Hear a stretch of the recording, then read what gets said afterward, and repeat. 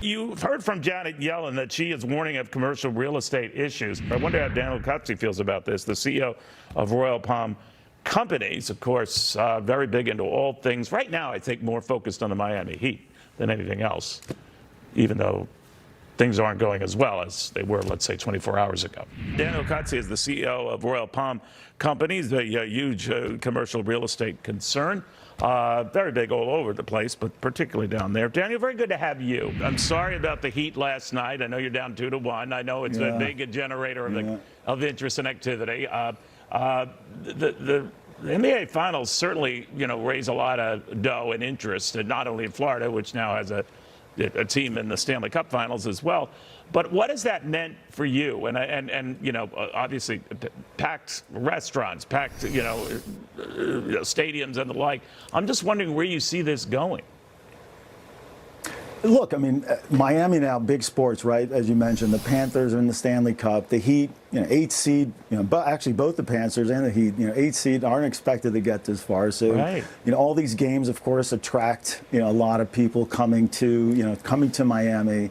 As you mentioned, hospitality. This is a huge hospitality market. We have $26 billion a year in hospitality. So it's great. It's a driver. And again, even recent news, Lionel Messi, for instance, who's joining, Miami and going to play soccer, or, as the rest of the world knows that it's football here in Miami. And so all this sports really creates a lot of demand. People want to be down here. Every time I run into people or even visiting, they say, hey, I got to get down here. I got to get to Miami. The city is still doing very well. Granted, real estate market has shifted, but we still see a lot of demand, especially on the luxury side. We still doubled our sales in the past 12 months than 2019 in the same period. So you are still seeing a lot of demand for real estate here in Miami. Well, that doesn't surprise me. It's a little hotter this time of year, but people can seem to put up that. There's always air conditioning. But I know in your Paramount Miami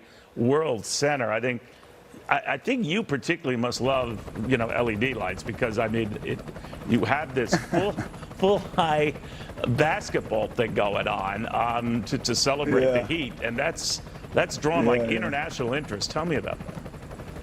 Yeah, so this is Paramount Miami World Center, right? It's the signature tower, and so Miami World Center, which is adjacent to the Heat Arena, right, is 27 acres. This is a second largest urban development in the country, actually, and we have five blocks of retail, hospitality, residential, commercial, and this is where transportation interacts with every part of South Florida. So you have the Brightline station, trains that connect to the rest of Florida, eventually to Orlando.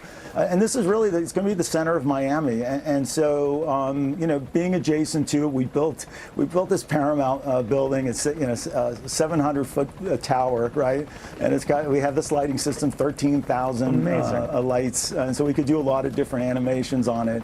And so, we do it for a lot of things, different events, of course, supporting the Heat, but, whether it's holidays, we just did something for Memorial Day, a big American flag. And so it's become a beacon for the city of Miami, and but you're kind of wherever you come from, aren't you more airport. the exception, though, Daniel, for commercial real estate and the success you're having? Of course, an attraction draws more attraction, and that's obviously what you're experiencing. You're pretty good at building off of that and leveraging off of that. But Janet Yellen, as I'm sure you're aware, the Treasury Secretary, is worried about the national state of corporate real estate and commercial real estate more particularly, as are others who worry about those exposed to it or have it on their books.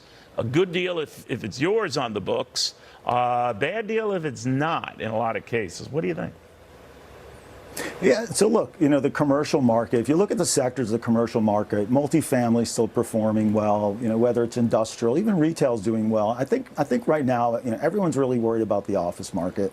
That seems to be. It's not doing well in New York. It's not doing well in New Jersey. I know. Yeah. So that's why I mentioned that. So what do you make of that? Yeah.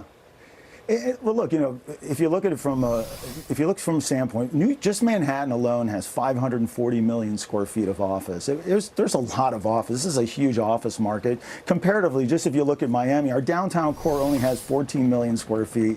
If you add our sub-markets, our suburban markets, 42 million square feet, not even 10% of what Manhattan has. So you're going to feel it in markets like that. Another thing that happened in New York that's different than Florida, we opened immediately 3 months after COVID. So when the rest of the country, mostly blue states, were shut down 8 or 10 months after places like Miami. And so July 2020, we were going back to the office.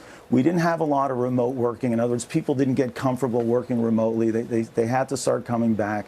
And so when you couple all these things, it's a big difference. I mean, look, we've had 57 companies move to Miami. We absorbed, in essence, over 1 million square feet of office space. And so in a little market like Miami, that's a lot, that's significant. And so our office market's doing really well.